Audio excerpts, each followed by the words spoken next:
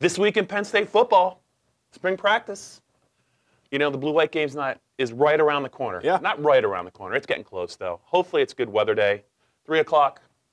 We'll probably be there around 7 a.m. if we're lucky. But in all seriousness, let's talk about, you know, at the halfway point, what do you want to see, or what do you want to hear from the coaching staff regarding the program in terms of maybe progress or an unanswered question? What is at the top of your checklist for something Penn State needs to get accomplished? Yeah, I think the biggest one for me, Bob, is at running back.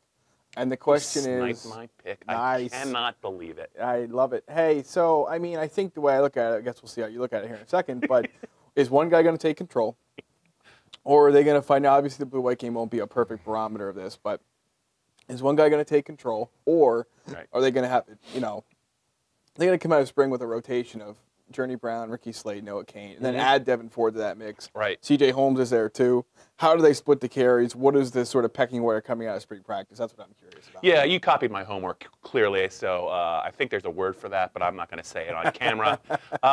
You know what, another thing that I'm kind of looking forward to seeing is I want to see at least one of these second-year wideouts step up. And a guy that I think everyone's talking about is Justin Shorter. It doesn't necessarily have to be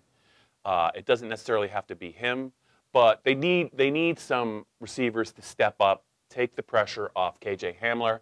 It's great that Pat Fryermuth got off to such a fast start as a true freshman. Jahan Dotson's another guy I think that's capable of much more. Looks like he added some weight, and I think that's also very encouraging. The passing game needs to catch up to the running game. The running game was, I think, the star of the Penn State, offensive show last year, and they're replacing not only Miles Sanders, they're replacing Trace McSorley. That's a lot of rushing yards, and they need to figure that out with the running backs.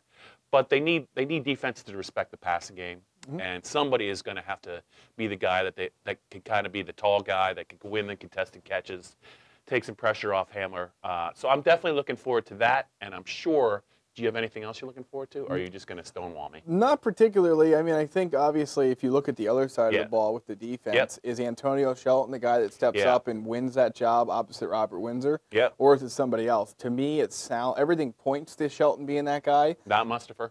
I think you'll see Mustipher a fair amount, but I think when you talk about the guy that replaces that Kevin Givens role, it sounds like Shelton. So I'll be curious to see if it plays out that way by the time spring practice ends. I'll give you one more just because you're a nice guy and I'm a nice guy. I am starting to get the feeling that, you know, the last couple of years Penn State's had a couple of veteran players break out, you know, whether it was Deshaun Hamilton or Troy Apke. You know, they've had guys kind of step up big in their final years. I thought Nick Scott kind of did that a little bit last year. Amani Arawarie went from, you know, an all-Big Ten second-team pick to a first-team pick, and now he's possibly going to be a first-round pick. He's another guy. I kind of get the feeling that Cam Brown has another level in him, and we saw late last year him start to put it all together as a disruptive linebacker. Now, he's going to miss the first 2 quarters of the opener because of the targeting call against Kentucky in the bowl game, I believe. That's right.